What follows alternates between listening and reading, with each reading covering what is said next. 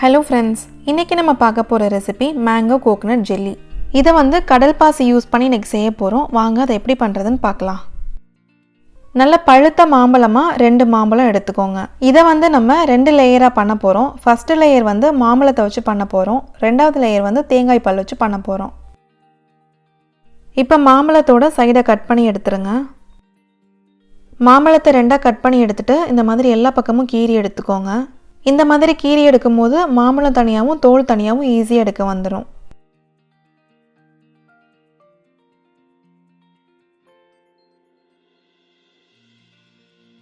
இந்த மாதிரி கீறி எடுத்த பிறகு ஒரு ஸ்பூன் வச்சு அடியோட எடுத்தீங்கன்னா பழம் தனியா வந்துரும். இது மாதிரி 2 மாம்பழத்தையும் கீறி பல்பை மட்டும் தனியா எடுத்து வச்சுக்கலாம்.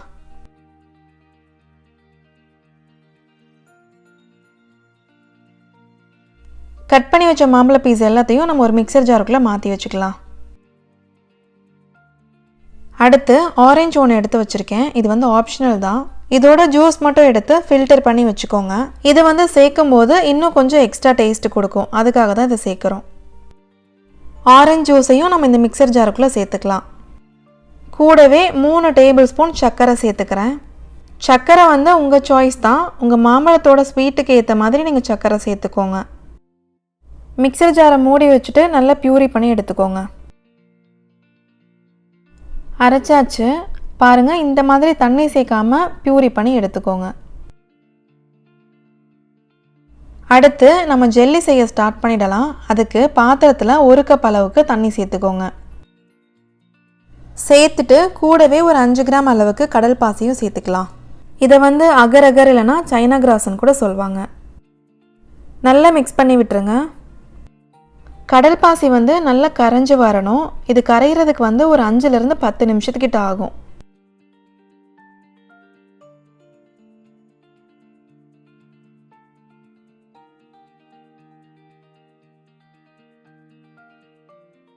கடல் பாசி நல்லா கரைஞ்சி வந்துருச்சு.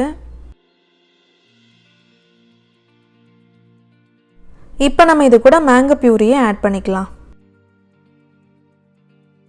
இதை வந்து கைவிடாமல் நல்லா மிக்ஸ் பண்ணி விட்டுட்டே இருங்க. அப்போ தான் உங்களுக்கு அந்த அகர் அகரும் மேங்கோ பியூரியும் சேர்ந்து கரெக்டான பதத்துக்கு வரும்.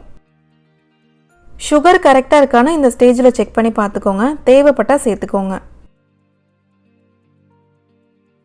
மேங்கோ பியூரியை சேர்த்துட்டு கொதிக்க வைக்கலாம் வேண்டாம். நல்லா மிக்ஸ் பண்ணி விட்டாவே போதும். நல்லா மிக்ஸ் பண்ணி விட்டாச்சு. இப்போ நம்ம இதை ஒரு பவுலில் சேர்த்துடலாம். இதில் ஒரு முக்கியமான டிப் என்னென்னா, மாம்பழம் வாங்கும்போது நார் இல்லாத மாம்பழமாக பார்த்து வாங்கிக்கோங்க. சப்போஸ் நார் இருக்கிற மாம்பழமாக இருந்துச்சுன்னா அது ஜெல்லியாக சாப்பிடும்போது அவ்வளோ நல்லா இருக்காது. அடுத்து இதில் குட்டி குட்டி பீஸ் மாம்பழத்தை கட் பண்ணி வச்சுருக்கேன். அதை இதில் சேர்த்துக்கலாம்.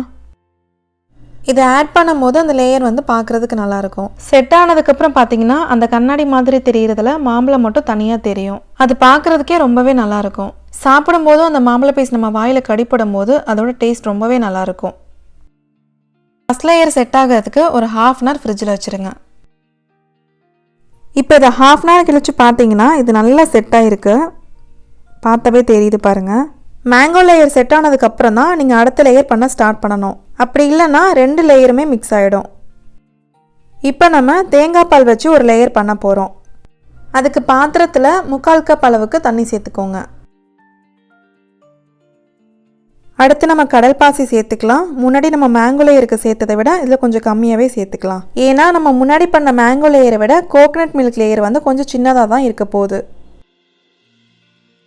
நல்லா இதை மிக்ஸ் பண்ணி விட்டுக்கலாம். கடல் பாசி எல்லாமே நல்லா கரையட்டும்.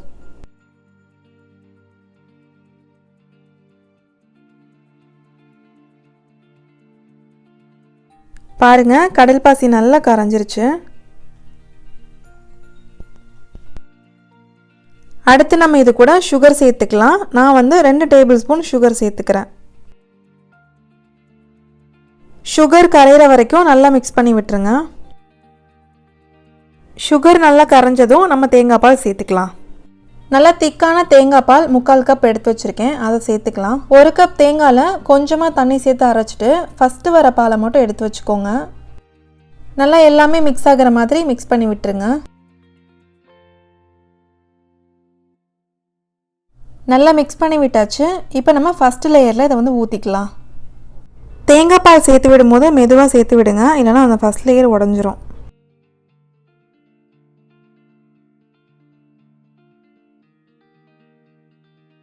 பபிள்ஸ் ஏதாவது இருந்துச்சுன்னா இந்த மாதிரி கரண்டி வச்சு உடச்சி விட்டுருங்க, இல்லைனா செட் ஆகும்போது உங்களுக்கு பபிள்ஸோடையே தான் இருக்கும்.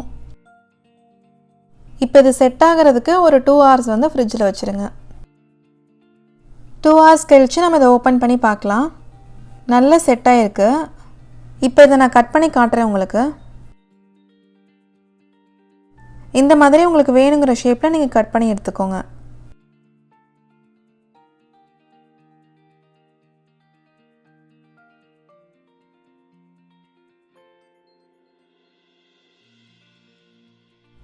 மேங்கோ கோகோனட் ஜெல்லி சூப்பராக வந்திருக்குது பாருங்கள். நம்ம போட்டு வச்ச மேங்கோ பீஸ் எல்லாமே கண்ணாடி மாதிரி வெளியே தெரியுது. குழந்தைங்களுக்கு இந்த மாதிரி டிஃப்ரெண்ட்டாக செஞ்சு கொடுத்தீங்கன்னா அவங்களுக்கு ரொம்பவே பிடிக்கும். கண்டிப்பாக இதை நீங்களும் ட்ரை பண்ணி பார்த்துட்டு உங்கள் ஃபீட்பேக் கொடுங்க. இந்த வீடியோ உங்களுக்கு பிடிச்சிருந்துச்சுன்னா ஒரு லைக் கொடுத்துட்டு உங்கள் ஃப்ரெண்ட்ஸ் அண்ட் ஃபேமிலிக்கு ஷேர் பண்ணுங்கள். நீங்கள் இன்னும் சேனலை சப்ஸ்கிரைப் பண்ணாமல் இருந்தால் சேனலையும் சப்ஸ்கிரைப் பண்ணுங்கள். தேங்க்யூ.